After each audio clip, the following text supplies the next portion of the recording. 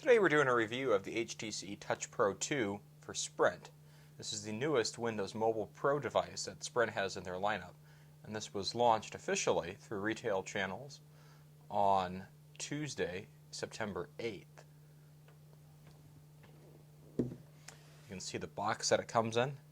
Look for the other video on the unboxing to see how this looked coming out of the box. But for now, we're going to set the box aside and just focus on the device. We'll power this on. This is not the first time the device has been powered on. You can see it starts with the beautiful Touch Pro 2 screen. And we'll let it run through its boot sequence. And you can see the beautiful Sprint animation.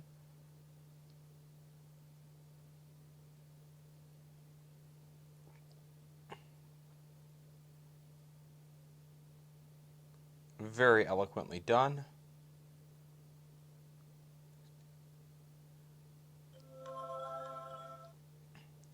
The Windows Mobile screen that we're very familiar with if you've used a recent Windows Mobile device.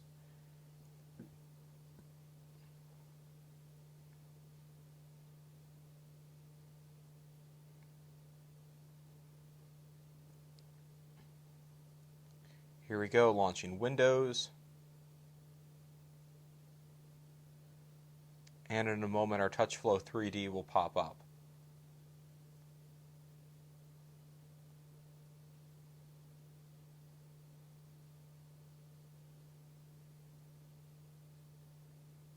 Here we go, and the clock says it is 12:58 a.m.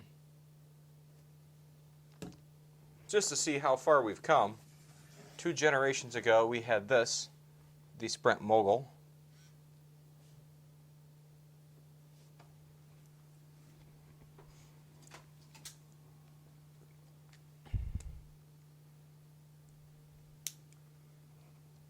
If we go back a couple more years to 2002, we had this lovely device, the Motorola MPX 220, also a Windows Mobile device.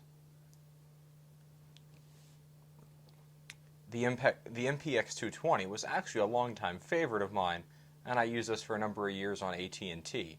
It's one of the few Windows Mobile flip phones.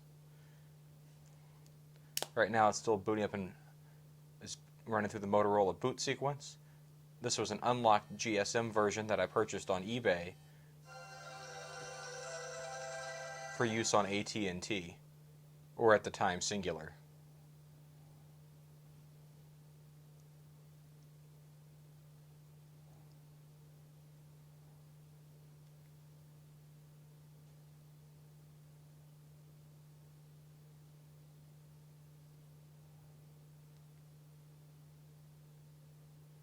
And as it boots up, you can see that this device had the auxiliary screen, flip open, regular number pad, a D-pad with a few directional corners,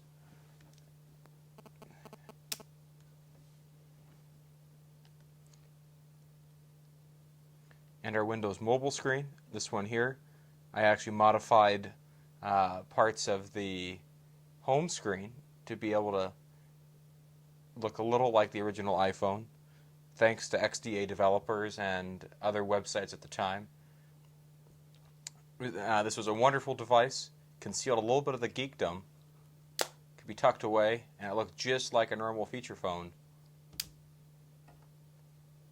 But buried inside was everything you ever wanted in a smartphone at the time. Even this device,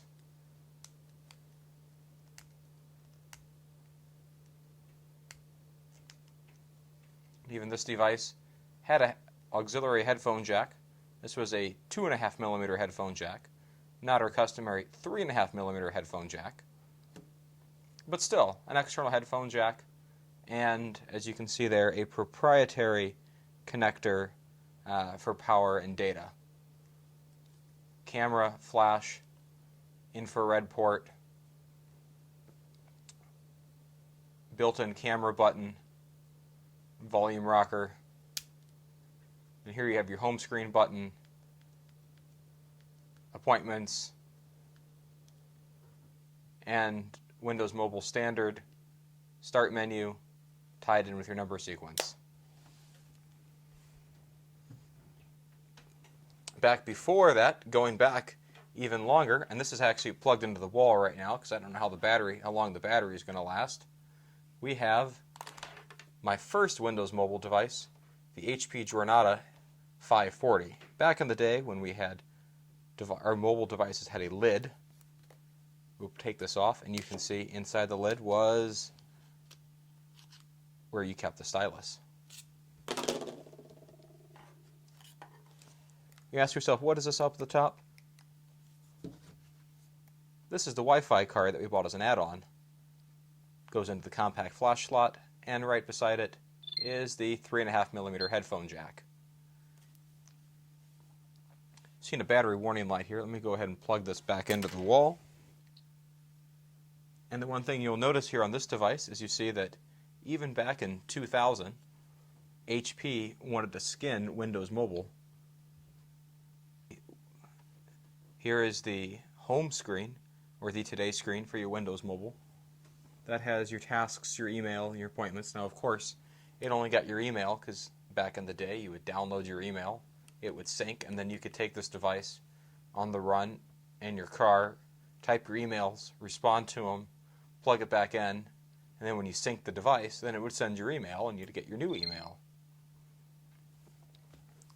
But even HP at the time, some 9 years ago, wasn't entirely fond of the Windows home screen, so they had their own screen. See if you can see that there. That has 9 shortcuts and several settings across the bottom. And this device, like many others to come, had a scroll wheel, a voice recording button, nothing on the other side. On the base is our proprietary power connector. You can see plugged in, and a data port, a reset button on the back, our 3.5mm headphone jack, and then you've got a notification light there. The buttons on the front are for the home screen, contacts, calendar, and tasks, as well as a power button. Interesting, this device also had a Microsoft Money application.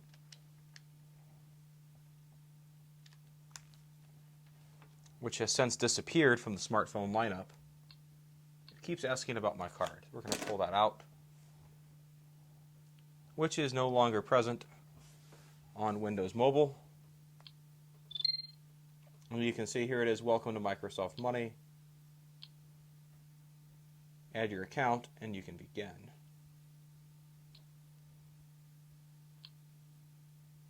Memory.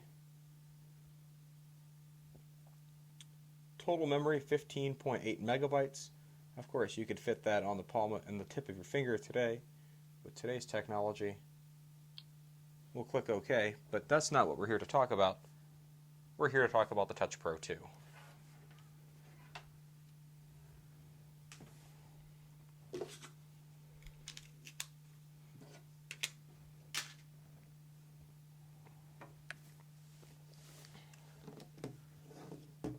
Compared to the Sprint Mogul, almost the same size.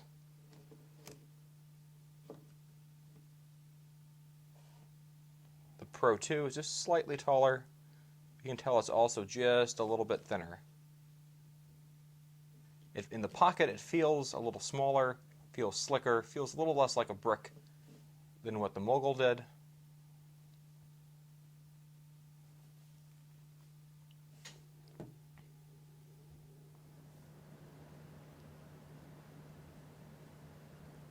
On the front, you can see that this Mogul was modified with a Touch Pro or a TouchFlow 1D skin. Thank you, XDA. And here's the in-stock TouchFlow 3D skin that's included with Sprint. If you work with XDA, you of course can skin this however you like.